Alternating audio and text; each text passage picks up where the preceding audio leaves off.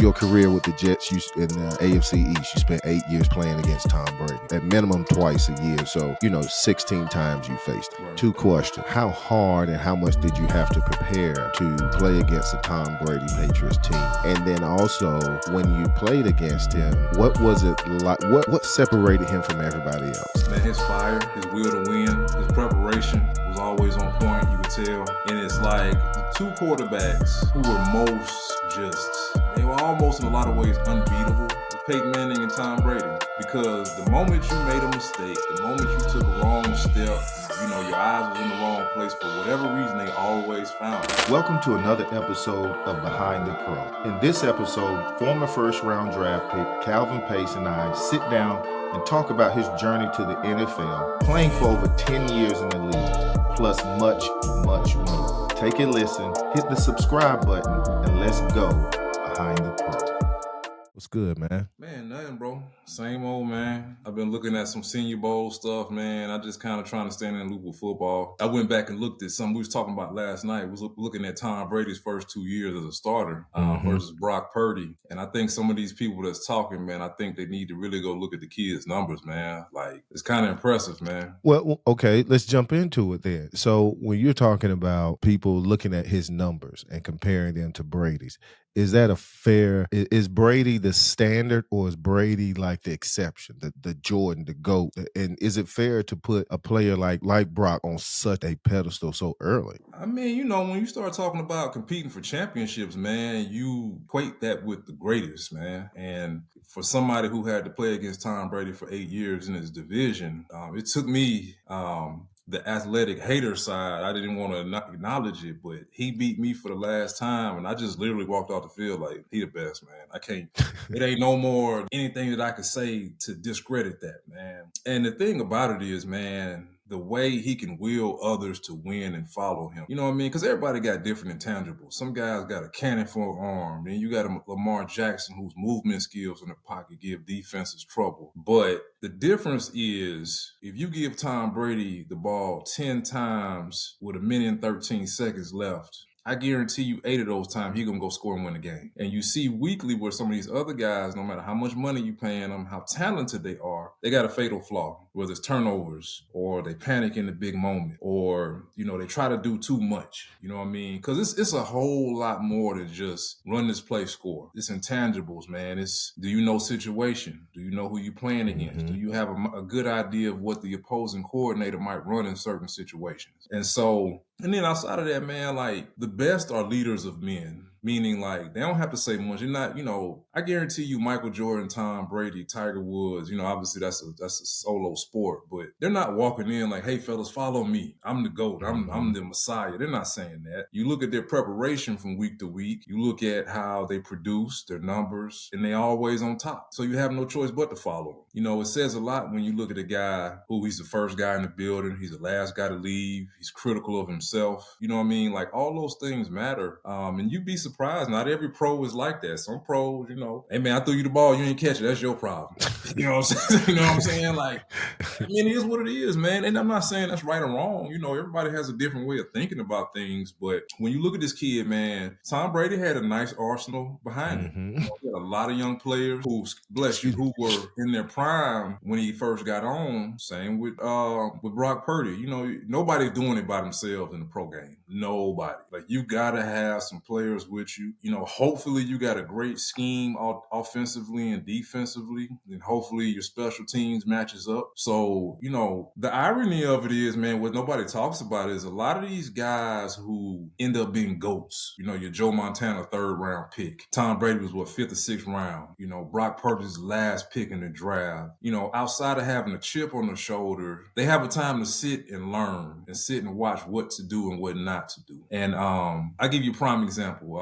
One of my favorite college players now, and I'm going to follow him until he's done playing, is Sam Hartman, right? And if I'm a pro team who has a good starting quarterback already in place, I'm drafting Sam Hartman. Why? Because he's a winner. Everywhere he goes, he does what he's supposed to do. And a lot of people don't understand there's a lot of money to be made by just doing your job. Nobody asking you to go out here and save the world. Ain't nobody asking you, man, just do your job, man. And then within that, hopefully you have some moments to where you shine, you step up in big moments. But the main thing is do your job. And you'd be surprised how hard that is to get people that you paying a handsome salary to do that. Yeah, but that's not when you talk about the game of football. I mean, it's not like you just pumping gas for a living. I mean, you got to train to beat another human being who is physically trained to beat you. And so that leads into another question. You talked about, your career with the Jets in the AFC East. You spent 8 years playing against Tom Brady, at minimum twice a year. So,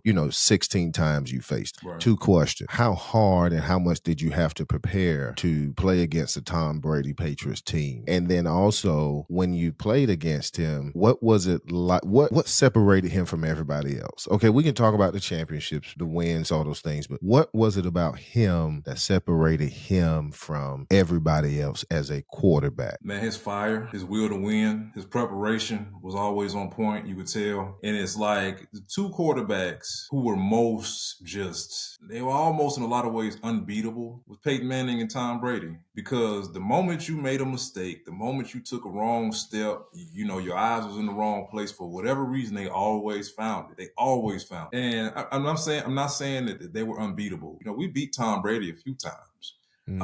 But it took all of us, man. It took everybody being on point. And as a football player, man, you got 11 guys out there that are tasked to know the scheme. Hopefully they've been studying, have great technique. That's a lot. And then you're not even factoring in life. You know what I mean? Like, Yeah. just being real, man. Like, people have things, death and family, babies born, all different types of things. So if you're not all the way locked in on some of these guys and you have a moment of hesitation or you have a moment of doubt for whatever reason, man, they will always find it. And my thing is for a quarterback, when you start talking about elite, a lot of times when you start, especially in the playoffs, right? Most of the time, a lot of positions cancel each other out, right? If you're playing, I'm the Jets and you're San Francisco, right? We got Darrelle Revis, you got Jerry Rice. It kind of cancels each other out. They're two great players, right? One gonna make a play, one gonna make a play. Then you start getting the offensive, defensive lines. If you've made it that far, typically they're gonna cancel each other out. You might have a thing where your kicker is great. So you're like, man, look, man, we can get, last drive, we feel good about this versus their kick. Typically, it's gonna be the quarterback position. And again, I'm not talking about it physical intangibles. I'm talking about if I give you this ball, minute, 45 seconds, whatever the time might be, can you go down there and score? And Tom Brady's proven time and time again he can do it. And it was almost like, man, he was just taking the field and like, you hear Jordan and Steph Curry and some of these guys. The thing that part of their greatness is they're not afraid to miss. Everybody knows you're going to take the last shot. Everybody knows it. And they take it every time. And they take it and they shoot it with confidence. But we've had this conversation before. Nobody talks about the ones that missed. Yeah. Nobody talks about the ones that they missed a lot of them. But you've hit enough. You've hit enough of them to where people like, hey, man, that guy's great. You know what I mean? Yeah. So, all right, Pace, let me ask you this then. Did he have a weakness? I mean, you've seen him on film more, just as much as any defensive player in his career. So if you had to pick out one weakness that Brady may have had in his game, what would it be that maybe the average fan is not going to see? The weakness that we focused on as, a defense playing under Rex Ryan, who, in my personal opinion, one of the greatest defensive minds to ever live, is to get him off his spot. Because it was tough to sack him because he always had a good offensive line. Typically, at least 2 of his linemen were going to the Pro Bowl every year. At least 2. So we knew that was going to be a tough task. And a lot of these guys who were great, you're talking about 2.5 seconds. They getting the ball out their hand. They could see it. They believe it. They let it rip. It wasn't a whole lot of just holding the ball. So a lot of it was, man, get him off his spot. Meaning, when you can give a great guy all day to throw and make it 7-on-7, it's going to be a long day for you. But for Tom Brady, Rex was like, look, if we can get him 2 inches, 3 inches to the right or to the left, he's a little bit different guy, meaning like he's paying attention to the rush now. And so if he's taking his eyes from down the field, that plays more into our hands where guys can get a little bit more sticky in their coverage and give the defensive line a little bit more time, right? And if you look at him, throughout the course of his career, typically people who can affect him. They ain't talking about sacks because you're not going to get a lot of sacks against him. You're not really going to force force him into a lot of mistakes. But if I can make the game uncomfortable for him, because then, quarterback and we can speak to this. Quarterback and kicker are the only two positions don't go live during practice. They don't see any physicality. Yeah. So all their live reps are game reps. You know how it is, man. You get close to that quarterback, that might be your last day on team. Right then and there, that might be it for you. You know what I'm saying? I don't care who you are. A lot of it, again, was just try to make him uncomfortable, and you hear that in a lot of sports, whether it's a great hitter, whether it's a great pitcher, LeBron, Steph, man, we know we can't stop this man. We just want to make it uncomfortable for him. I want to make you work for your points. I want to make you work for, okay, hey, Tom, if you're going to score some points, you're going to have to drive this ball 90, 80 yards down the field, and let's see how that play out versus, man, you give him 3-4 shots at it, man, and next thing you know, he on the 10-yard line. It's going to be a long day for you. Yeah. Now, Pace, you talked about Rex Ryan as a coach, right? What was it like to play for him? And you got to have a Rex Ryan story. It's got to be one that you can share, hopefully. As a player, it's like playing for Phil Jackson or somebody, man, in my mind. And I'm speaking more defensively, man. His schematics was next level. His scouting was crazy. His coaches that he brought with him, he always had good coaches who were teachers. And as a player, the older you get, the more you want to learn. Mm-hmm. Because at that point, man, your first 5 years, man, you really just playing on athleticism, man. Because at that point, man, you at the height, you at your peak. You the fastest and strongest you pretty much gonna be. You know what I mean? And then, when you get close to your 30s, that athleticism is wearing off. So now you playing the game on a mental level. Whether that's looking at formations, personnel groupings, down and distance. Some coordinators will come out and they got their first 15 plays scripted, right? Yeah. And if you can decipher that, then you start looking at, okay, I see what your game plan is. Y'all want to be perimeter run based, or you're taking shots all day. So with Rex, man, he kept it lighthearted.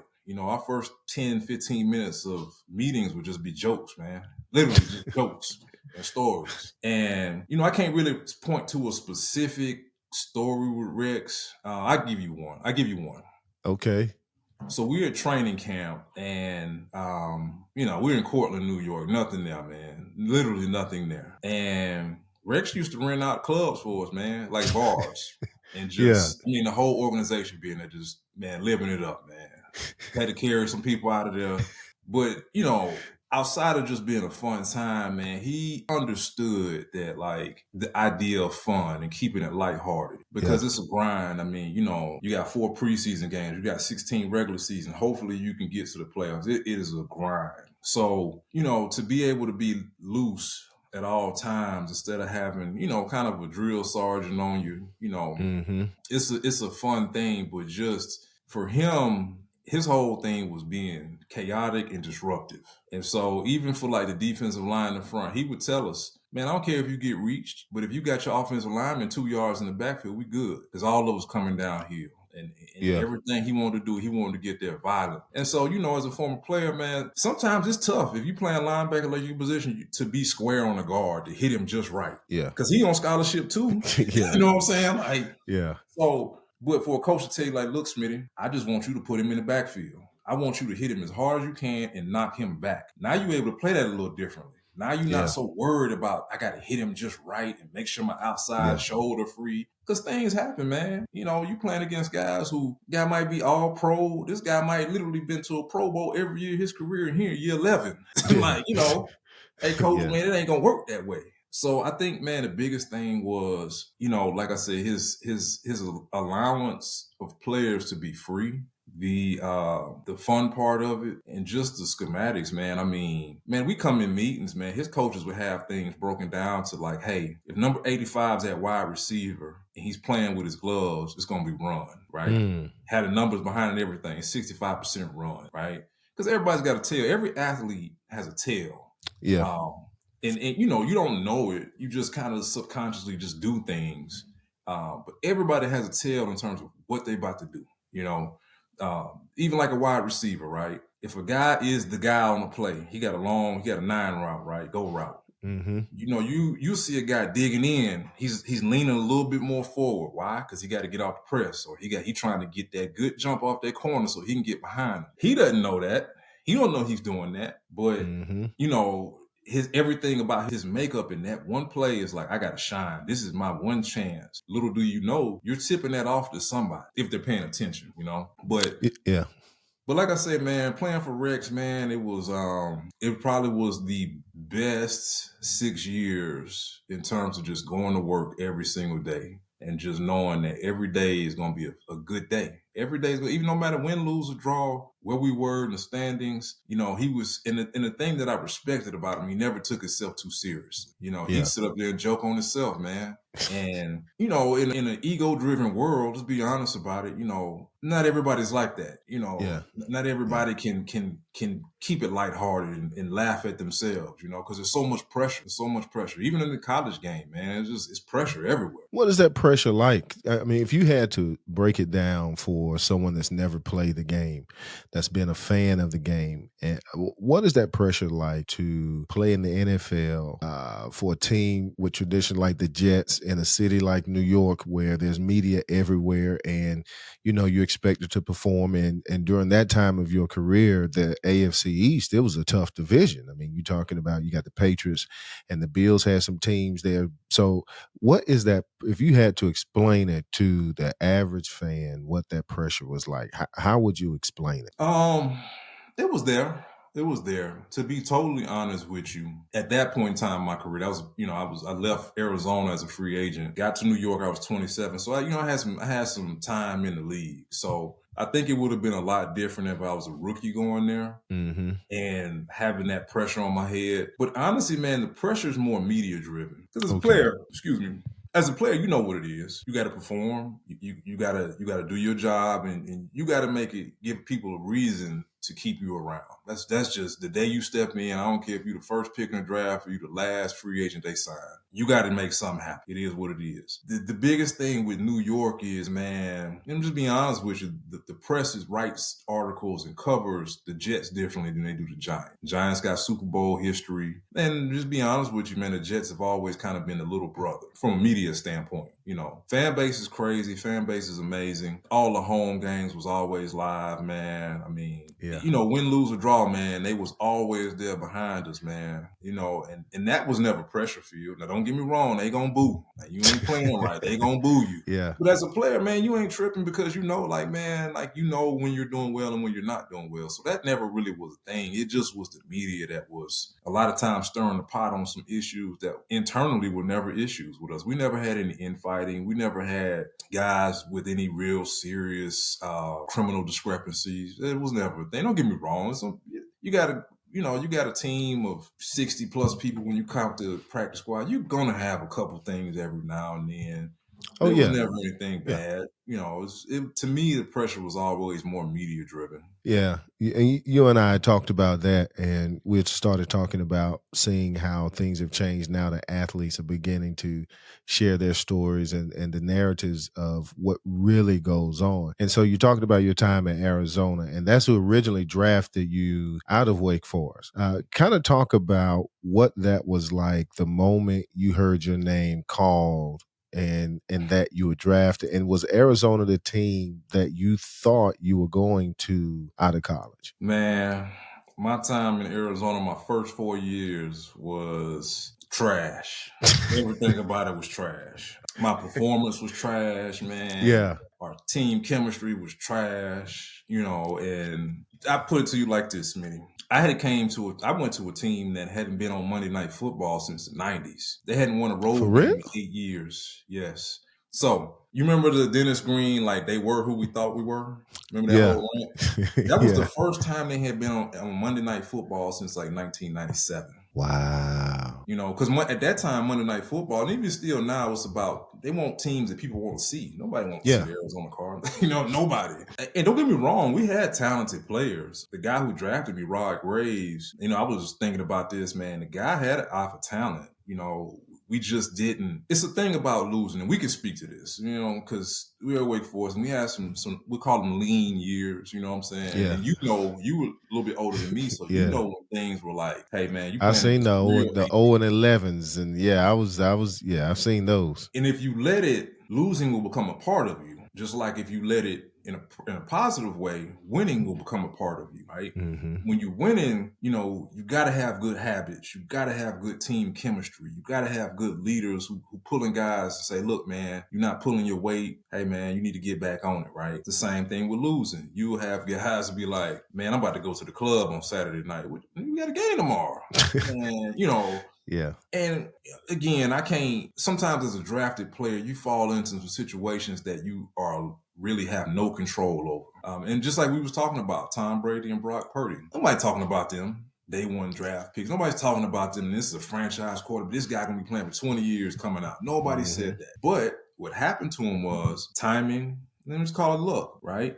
You got drafted in a point in time where a team had a need. You lucked up and got drafted to some winners. And on top of that luck, somebody got hurt in front of you. Now, the good thing, and to me, the most impressive thing as a former player was they were locked in. They were training and prepping as if they were starters. So literally, when you put them in, there was no drop off, right? It's surprising to us, but to people in those buildings and to those players, that's what they expected. When you see a guy, critical of himself as a rookie, last pick in the draft, still being able to go out there and make plays against a starting defense who San Francisco defense ain't a slouch. They got great players on every level. So it's kind of foreshadowing what he can be. All he just needs at that point is an opportunity. Unfortunately, somebody gets hurt. It's his time, and here we are. One guy's the GOAT, the next guy's on his way about to play in the Super Bowl. So in Arizona, man, we didn't have good vets. We didn't have good vets from a young guy to be able to look at. And that's the thing. In the NFL, you're gonna have coaches, and your coaches can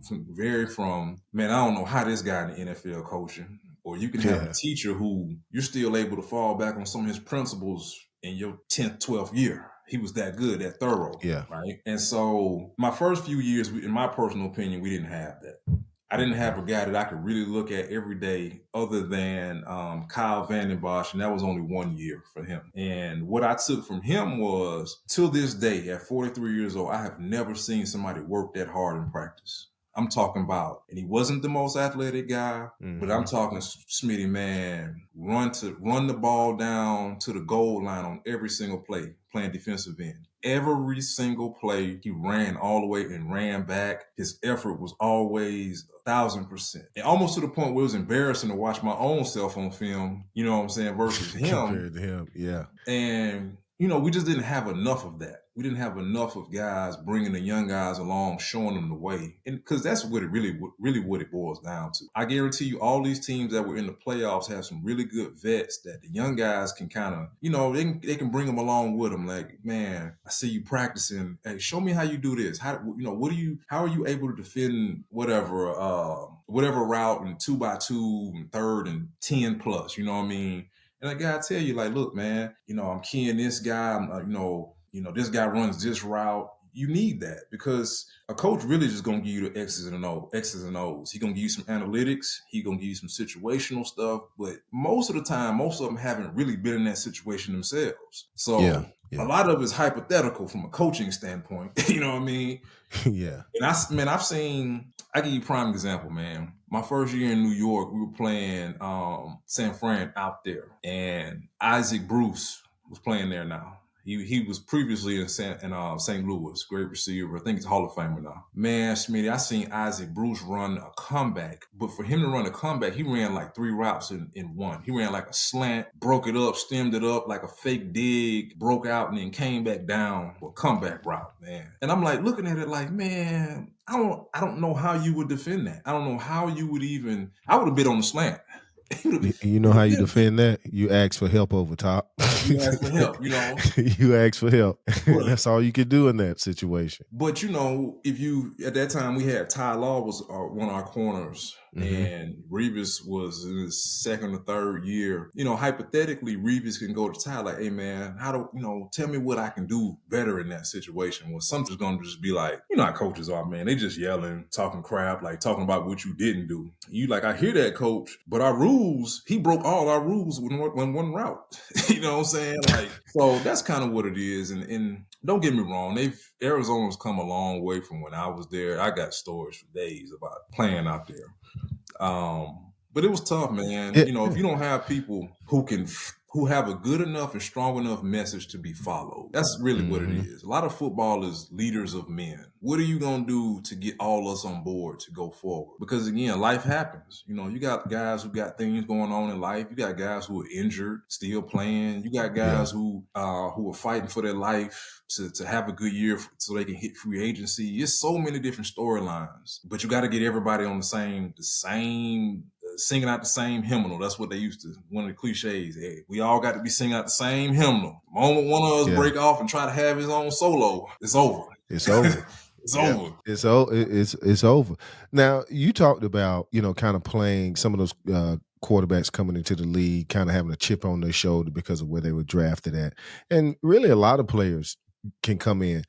But for you, you came in at the other end of the draft. So how does a player coming in on the other end, first, second, early third round, how do they then develop this chip or this fire to perform at a high level? And then like yourself, you had you're talking about double digit, 12, 13 years in the NFL. So what motivated you? Man, they had talked about me so bad, man. And I ran in a situation where after my first year, the coach who drafted me, Dave McGinnis, he got fired, right? Mm-hmm. And then Denny Green came in, and I just think Denny Green didn't want me. I think he hated my guts. He didn't really know me. But to his defense, anytime a coach comes in new, previous guy got fired, he's got to make changes. I think they're under the assumption that everybody's trash. If they weren't trash, it wouldn't be a reason for me to be here. So I got to get some people up out of here. I got to get my people in so I can get my program going in the direction that I personally want. At that point in time, Smitty, man, in my division alone, I got Orlando Pace for the Rams, perennial Pro Bowler, first ballot Hall of Famer. Walter Jones, the best player I ever played against, man. Seattle, first ballot Hall of Famer. And then in San Fran was Derek Deese. He had been to like 5 Pro Bowls. So, man, I was getting my head beat on, man. I mean, and I'm not saying like they were just tossing me around like a rag dog. Yeah, but I know what you're saying. You had to really be successful, you had to really study and be on your game, and your technique had to be right, because at that level, you're not really just going to just beat anybody down physically. You and I were talking about this. The number is like a handful of players, and they all offensive linemen or defensive linemen that just had this superhuman strength and could really do what they wanted to do with their opponent. But it's not a lot. So when you matching up, your technique and all of that kicks in, and that's how you're really successful. But to your point, that film study, that becomes the separator, picking up on those tendencies. What do you do when you see me speed rushing? You got to learn how to study film. Once I got around some good people, man, I started watching film with guys. Like, I want to see what you see. You know what I'm saying? Because you've been here. You've been doing this a long time. Why wouldn't I take notes from you? Because at the end of the day, man, my coach might be 65 years old. Prime example. Matter of fact, my rookie year, my coach was Mean Joe Green. My rookie year, coach was Mean Joe Green. And I didn't learn a lot. Joe was a great dude, man. Great dude. Joe's main thing was he didn't want you to get punked out there. You know what I mean? He didn't want you to get punked. So literally, man, we'd be in one-on-ones versus the offensive line. And you know how offensive linemen are, man. They just can't use the word on the podcast. They're blah, blah, blah, right? In specific moments, right? Where they gonna shine on you, they gonna do it, right? They gonna do it. Do it. So Joe would be like yelling, "Why didn't you fight him, man? Kick his ass. Why didn't you?" And we like, don't get me wrong. Some guys, when they take it overboard, and you gotta do what you gotta do. Yeah. But you're like, Joe, man, I hear that. What I do wrong, and how do I get better at that? And so I didn't necessarily get that. I give you the flip of that. So Smoke Montique Sharp, came in the same year. He gets drafted in the 6th round of Kansas City. So there's a guy named Jared Allen, who I think Jared Allen's a year younger than me. Probably going to be a Hall of Fame player, 100+ sacks, great player. Yeah.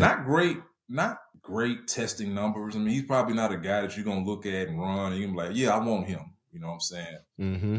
Man, his rookie year, he had like 12 sacks. He wasn't even starting. So I called Smoke, and I'm like, Smoke, what's up with this dude, man? He killing out here. He's like, man, look, man, we got an amazing defensive line coach, man. He said stuff he teaching us with our hands and moves and stuff, man. He got everybody. Wow. And so and when I say timing and luck, a lot of that plays into your success as a player. Like, you Yeah. know, you and me know both. Like Coach Foles, right? Mel Foles was linebacker coach, right? He wasn't Yeah. necessarily my position coach, but the thing I remember about Foles was how thorough he was with his prep. You know what I mean? How Yeah. thorough information he could give you to where you got it at your fingertips. Now, as a player, it's on you to go back and look at your notes, go back and kind of cross-reference what he's talking about and make sure it's 100% or a high percentage of success in what he's saying. But, you know, man, it's only so far that just pure athleticism is going to take you. Yeah. Because at the end of the day, whether it's college, even high school now, people are scheming you. People are sitting here saying, okay, that's cool. You can throw great. Everything you throw over the middle is on point. But can you throw outside the hashes, right? And so what they're going to Yeah. do then is they're going to take that middle away from you. We're going to see what you're going to do outside these hashes. Right. And a lot of people fail in certain respects. That's why when you see, especially on the NFL level, you see a guy killed one year and what they're gonna do in the offseason, they're gonna break you all the way down and they're gonna see what you do well and they're gonna see what you don't do well. And I guarantee you that next year they're gonna take all that stuff away that you can do well. And we're gonna see if you can beat us this way. Yeah. Now, speaking of taking away and beating a player, I watched the Ravens in the playoffs, and I was listening to fans after the game talk about why didn't Lamar run? Why didn't Lamar run? And some people even saying that he choked. From your perspective as a guy that played at the highest level, defensive player, when you look at the game, I know even for me, we look at it differently. We see different parts of the game. What did Kansas City take away from Baltimore schematically on defense? What do they do to put Lamar in that situation that the average fan may not have paid attention to, so they understand that it's just not Lamar deciding not to run? Well, let me get to the offensive game plan first. So, okay, what happened was Kansas City scored 14 quick, right? What happens is some coordinators will get away from their game plan too soon in big moments. So from a whole game standpoint, Baltimore only ran the ball 6 times. And you're talking about a running team.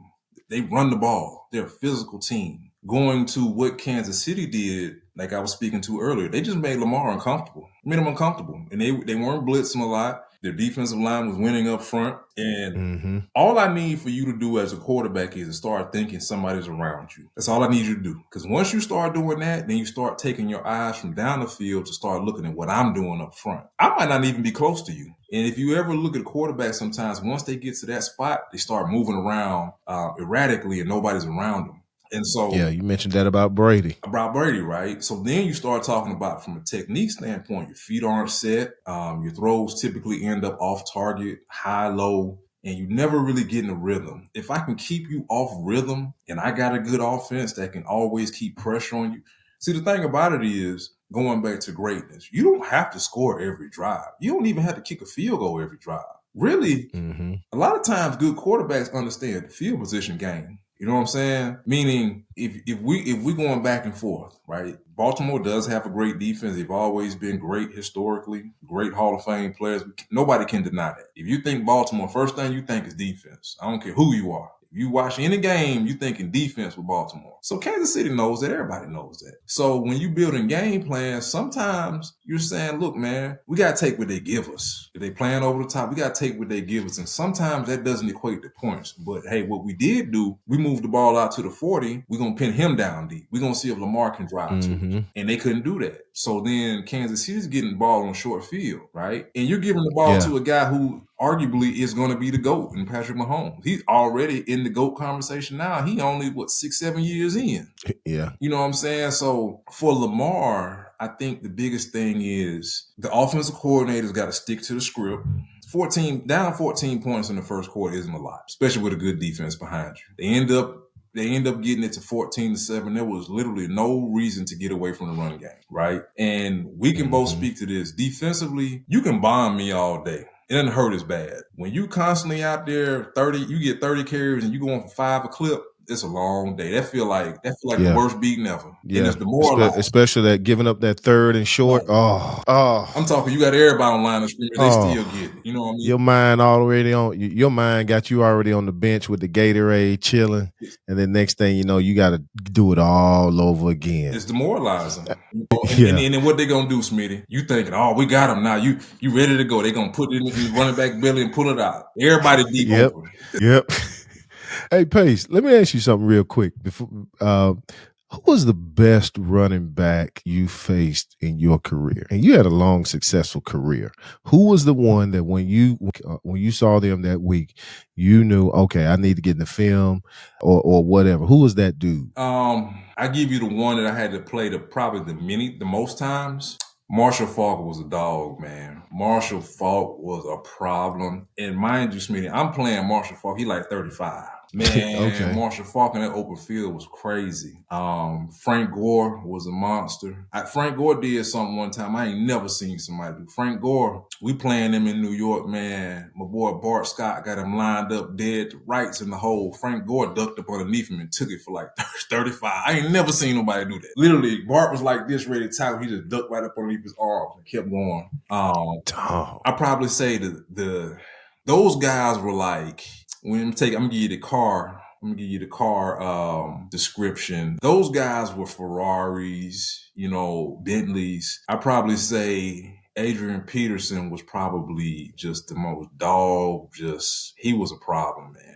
AP was like, mind you, I only played against him one time on Monday night in New York. Yeah. And the story that always will stick to me for the rest of my life, man. We got him in third. It was like 3rd and 16. Man, they was trying to punt the ball, man. They was trying to get up out of there. Brett Favre hit him on the check down, man. We had him dead to rights. 8-yard game. Man, that man ended up getting like 15 more yards, man. And mind you, we all corralled him. And I remember like getting on the pile. I could hear him grunting, just like, ugh. And I'm like, somebody grab his legs. Scared our whole defense, man. His burst was crazy, Smitty. Wow. His burst was like, you ever ran up on somebody and you like, oh, he got a different gear than me. Like, yeah.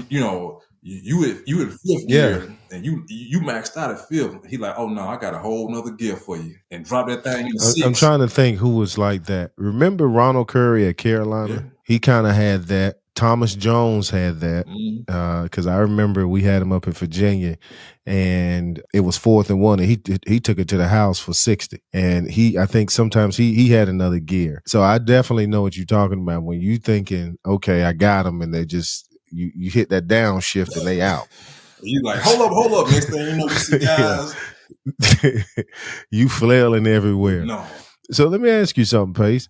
How hard is it let me ask you this. When it's time for you to transition, when you retire from the game, what do you miss most about it? The guys, man. It's and you will hear this from a lot of players. They miss the locker room the most. Because at the end of the day, man, I'm not going to sit here and say that practice is always fun. Even when I talk highly about Rex and how fun he made it, sometimes it's just not fun to run into another grown man full speed every single day. It is not. And you factoring in, I give you and whoever's listening to this, if somebody ever tell you that they played football, take it with a grain of salt and ask them to see their hands. If they don't show you no hands with some gnarled up fingers, they ain't played no real ball. Yeah. So just imagine that. Like literally, man, my fingers and my hands wouldn't stop hurting until like June after a season. Literally, man, I got young babies playing around with me and they grab one of my fingers just not knowing. And I'm you know what I mean? Imagine having to go out there every day and just get it in every day. But, when you got other people coming with you, other people that, you're friends with and, just mean the world to you because you out there fighting a battle, man. You out there, everybody's out there trying to achieve a goal. And again, nobody can do this by themselves. Yeah. When you start talking about the individual sports, swimming, tennis, golf, I can only imagine that pressure to be ready to go and you look around, it's just everybody looking at you, even your coaches is looking at you. But in a team sport, a lot of times, man, motivation comes from a lot of different places, man. Sometimes you see a guy going through something, man, you like, man, I got to play for so-and-so. You see a guy go down, man, that was my boy, man. We got you, bro. We're going to do this for you. the doubt from the outside world. Nah, we're going to show y'all, but you do that together. And the celebratory situations, man, I never forget those things, man. Even in down moments, only way to get out of it is together. You ain't seen too many situations till you get out of losing. Like one guy, like, no, I got this. It's all on me. I got it. Don't happen that way.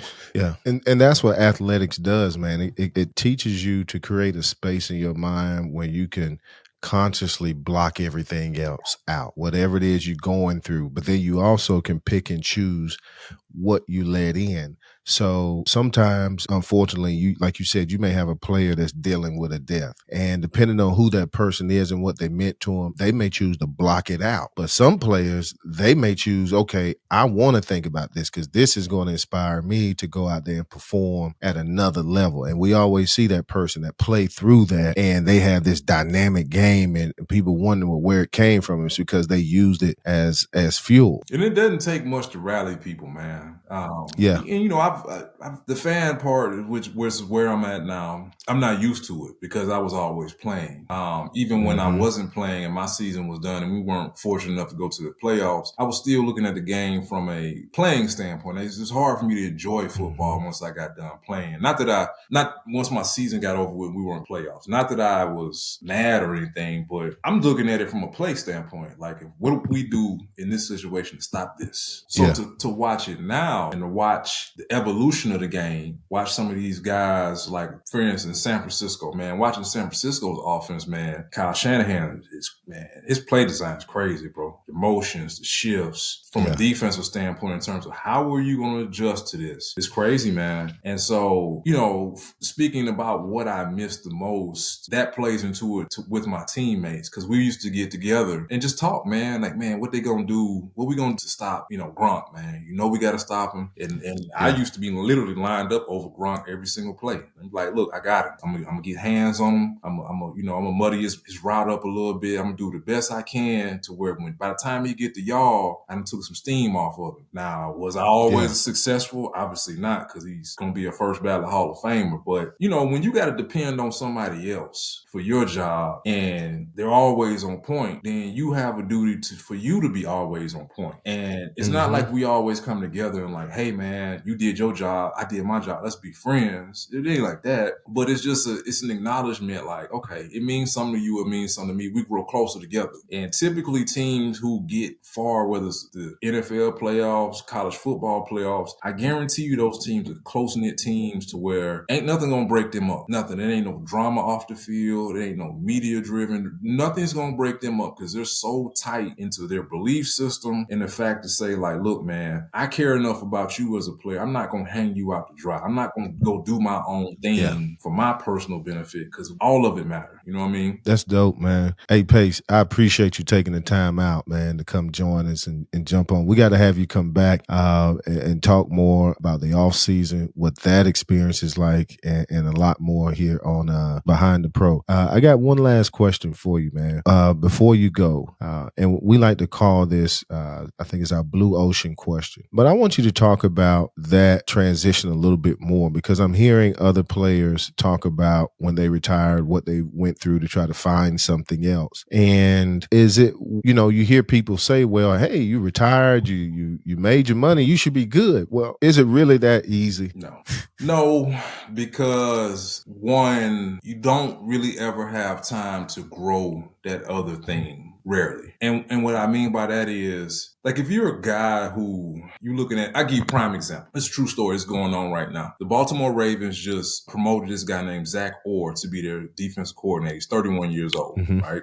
Zach Orr I think they said he played 3 years out of North Texas. From everything I read, I think he knew that he wasn't going to have a super long career. He kind of had maxed himself out. But a lot of guys who were like that, just randomly speaking, a lot of coaches weren't necessarily great players. But the thing that they understood was they could get in the game and teach the game, one, and they can get in the game and dissect it to their benefit when they were playing. They max themselves out, right? You can have, I keep promise, even playing with Brad White, who's defensive coordinator for Kentucky. Brad was never the best athlete, but he was probably the smartest player on our defense. Probably hands down the smartest player on our defense. You look at him now, he's defensive coordinator in Kentucky. I'm not surprised at that. Those are typically guys who can go and translate what they've learned, able to go other places and learn some more stuff, and they can convey a message. A coach ain't nothing but a teacher. Good teachers are people who can give information to people, make it likable and learnable, and typically students or players flock to them. Why? Because you always hold me down. You give me what I need. Yeah. And although you're critical of me, you also give me with some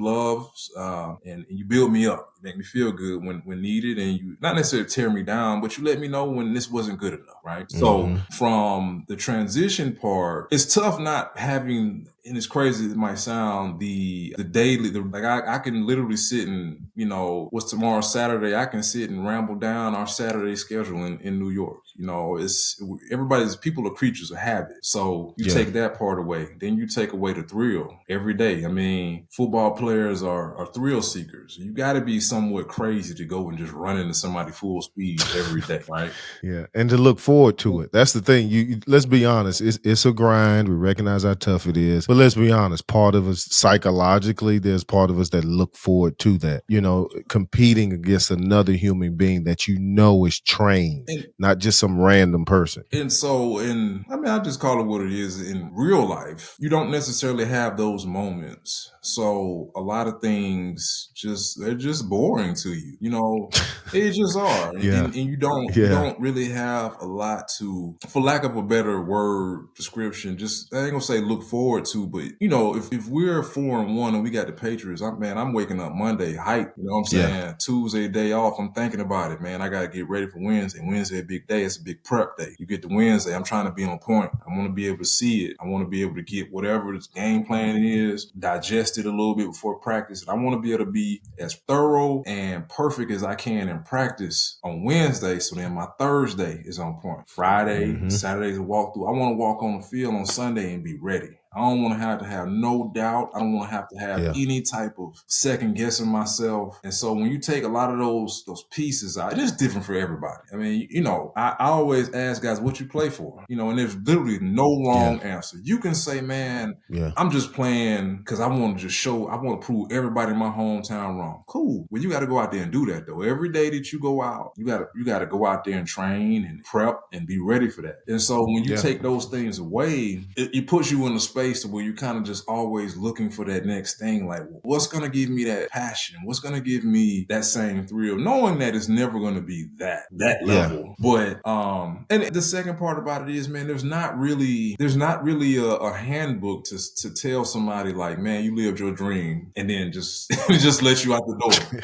There's not, you know, and people talk about, well, in the off season, you know, you can intern, you can find something, but I'm just telling you as a player, from my standpoint, man, I never stopped thinking about football. The only time I really wouldn't think about it, and even still I would think about it, would be my vacation. Like I take a vacation after the season, I take one right before. Just kind of clear my mind, get ready. It was always on my mind. But Pace, all those things you talked about that you miss existed in football in high school. Yeah. And so, you know, it's not like, you know, that team, that camaraderie, that sense of competitiveness, all of those things. So it's not like, okay, you just went through it during your NFL career. You got to add in your college career. And then even that time in high school, because it was the same. It was regimented. You still had the personalities in the locker room. You still had that camaraderie, the moments during the game, things. Those are things that follow you throughout. And so like you're saying, when you psychologically and physically function at this high end of the spectrum for all these numbers of years, and then somebody says, okay, now go sit behind the desk for the rest of your life. You're like, huh? Wait a minute. Whoa, time out. We've talked about and everybody doesn't want to be a coach. No. You know what I'm saying? That's the part. And then they tell you, hey, you don't look for a plan B. You got to focus just on plan A. Well, plan A has a shelf life, regardless of who you are. Tom Brady played until his 40s, cool, but he had to stop at some point. So what's next? One of the big things about it too, it's tough to tell people who are superheroes. I mean, seriously, it's tough to tell hey man, one of these days, Superman, you're gonna get old and you're not gonna be saving the world no more. So what you gonna do then? You know what I'm saying? You're like, man, I just killed, Lex Luger. What you talking about? You know what I'm saying? So Yeah. the big thing about it is your highs are super high. We talked about this Yeah. last night just on the phone. Every athlete is a hater. Every athlete is a natural born hater. You know the reason why? Because eventually there's somebody you're gonna have to beat out. There's some job that you're gonna have to take, and you're gonna have to look at your competition and break him down, even if he might be super nice. You're gonna be like, oh, I see that misstep right there. You ain't that nice. You're gonna have to do something to put yourself over the edge to go toe to toe with him and be ready when that time is called. And so to be able to maximize that, you're not sitting here praising somebody who's playing in front of me. I'm not sitting here, I'm gonna let somebody else do it, and I'm sitting there taking note. I'm gonna figure out how I can get in a space to where it's me versus him for this job, how I can beat him out. And so what people don't know, there are a lot of mind games that you play with yourself. I used to sit and tell myself I was the trashiest player ever. I would do things to psych myself out to give myself another edge. Because again, even in college, man, it's just, there's not ever a situation where you go out there and feel amazing physically in week 10. Even mentally. Again, life happens. In college, you got school, you got papers due, you got all different types of things that you got to find something for 3 hours to get you going and to get you out there to where you on point. And so we've talked about this before. I really think that NFL particularly is more aligned with the military from the standpoint of you got to get a bunch of people and you got to get them to understand the mission, and you got to put some people in situations that they don't necessarily want to be in, right? There's always certain people who are assigned the glory. You know what I mean? Like, quarterback is a glory position. Well, for the quarterback to get off, the center and the guard got to be there too, and they taking a beating every game, and they don't get a lot of credit. They don't get a lot of credit at all. But I guarantee you, everybody who's ever been in the Hall of Fame, everybody who's ever been to a Pro Bowl, anything will tell you, man, I ain't do this by myself, man. There's a lot of people out there who helped me along this journey, but they won't ever get that credit. You know what I mean? They didn't ask for it. They just doing their job. You know what I'm saying? They did it to the best of their ability. And so, like in the military, you fight for countries, you train, you do everything that's in there, and you kind of just, same thing with football, just kind of get dropped off. And it's like, well, have a good time, man. Appreciate you. And you like, well, what am I gonna do now? You know what I mean? It's like, everybody like, I don't know. Go coach high school. And the head coach always tell you, hey, if you ever need anything, just give me a call. Do need something. I know, right? I need your whole life. Right now, I need some insight or something on that. Paige, this has been a dope conversation, man. I'm glad we were able to catch up. We're gonna jump back on together. I got to have you back on to talk about some more things, man. I appreciate it. I'm always available. We can get into anything: baseball, basketball, football, life. I'm here. Hey, and that's something people may not know about you. So to all the Jets and Arizona fans, a lot of people don't know how good of a cook you are. I'm almost ready to call you a chef. Yeah, I mean, I've called you to get some ideas and recipes on doing things. How did you get into that? Growing up, man, there's a nurse. She's still a nurse. And my dad is a police officer. And so you're talking about two people who work crazy hours, just kind of what the profession calls for. So when I was growing up, my mom used to take the 11 p.m. to 7 a.m. shift. So when I was real young, I would go and spend the night in the hospital with her, and I'd sleep in the break room. You know what I'm saying? All the nurses love me, man. My mom started off as a neonatal nurse. So we talking all the babies who were born super premature. Literally, man, she would tell me, man, I had to take care of this kid. He was 1 pound, just everything. Right? Wow. And so when I got a little bit older and I could stay by myself, these are the days where, like, I tell my kids, I'm like, y'all don't understand, like, now you got every condiment ever. When we were growing up, we had mustard, ketchup, and mayonnaise. You might have had a little relish in there, maybe some barbecue sauce. That was it. Yep. So, this was like, we had hot dogs, hot pockets, after school snacks. And so I was like, man, so many hot dogs I can eat, man. And so for whatever reason, man, I was kind of always drawn to the Food Network, Food Channel. And this is like the rise of like Emeril Lagasse. I'm like watching them cook. And I was like, man. So I eventually taught my mom to let me make something one time. The first thing I ever made by myself was gnocchi, potato gnocchi, which is it was a potato based pasta. It's super easy to make. It's not hard. Man, I thought you were going to say something like some grits or something like that. You started off on a high level. First thing I ever made, right? So Damn. I just kind of got into it. I always like cooking for myself because I'm like, I know what I want. You know what I mean? It's tough to cook for somebody else. I know what I want. I know what interests me. Like tonight, I didn't eat it because I'm on a little different eating plan. So for tonight, for my kids, I made them some Parmesan risotto in the Instapot. Super easy to make. Super easy to make. I'm telling you, it's easy, Smitty. It's super easy. And then I had some king crab that I had left over from Christmas. So I just got that together. Then I had some basil. Just bought randomly, right? So I made some basil oil. All I did was I took the basil, blanched it, you know what I'm saying? Put it in some olive oil, did some red pepper flakes, a little salt and pepper, and then used my immersion blender to blend it up. And I just drizzled it over top for them. You know what I'm saying? But you know what my kids got tonight? My kids got pepperoni pizza and wings. Okay. That's what they got. That's what you drizzling shit and they getting, you drizzling, I'm ordering. Like, I can't. But that's how I got, but it's dope because I got into it over COVID. You know, I could cook on the grill like anybody else, but you know, having that time at home, and then you don't want to always eat out. You can't go out. So then I'm like, you know, let me try this. Let me see. You know, I always would watch the cook-offs that they would have when they started doing the barbecue cook-offs, and they had the different types of grills, and I saw that got me into it. And so now I'm just kind of casually learning, wanting to do things different. But the next thing I want to learn is the seasoning, man. I really want to get to, you know, some really good seasonings and spices and the real stuff. You know what I'm saying? So I give you another thing that helped fuel my growth for loving food is the one good thing about playing in Arizona is when we would land in cities, we wouldn't have many meetings until literally like end of the night. And so every team is different, right? Some teams, like when I played in Arizona on Saturday, when we had away games, we wouldn't practice. We would just go. You had to be at the facility by 11. You know, a lot of guys would go get in a cold hot tub, get a little treatment if they needed it, whatever. But you just had to be there by a certain time, and then they would just go. So when we would land, you know, say because we played in division with Kansas,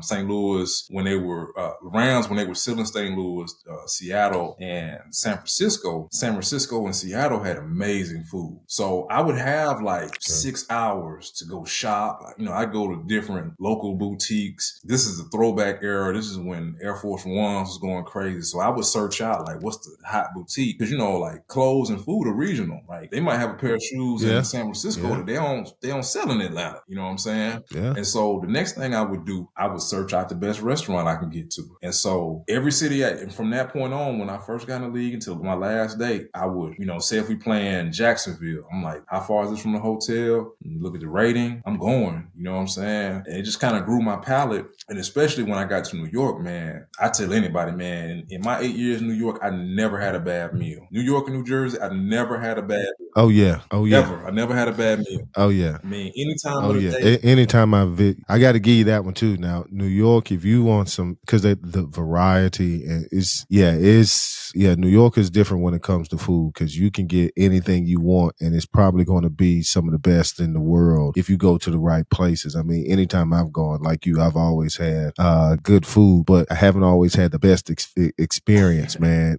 Quick story about that, man. So I went up with the family, and we went to Harlem. There's a Puerto Rican restaurant in Harlem. I can't think of the name of it. And so I ordered the chicken, right? And I thought they were just going to bring me like a 2-piece chicken. No, they brought me half a chicken and like a bunch of rice and shit. So I ate it. You know, I'm full. You know, I'm feeling good. 20 minutes after finished, we walked out. Fred hit me up. He said, man, I know you're in town. Why don't you come by? I can't remember where it is, but there's a Ruth Chris somewhere near, because he lived in Edgewater.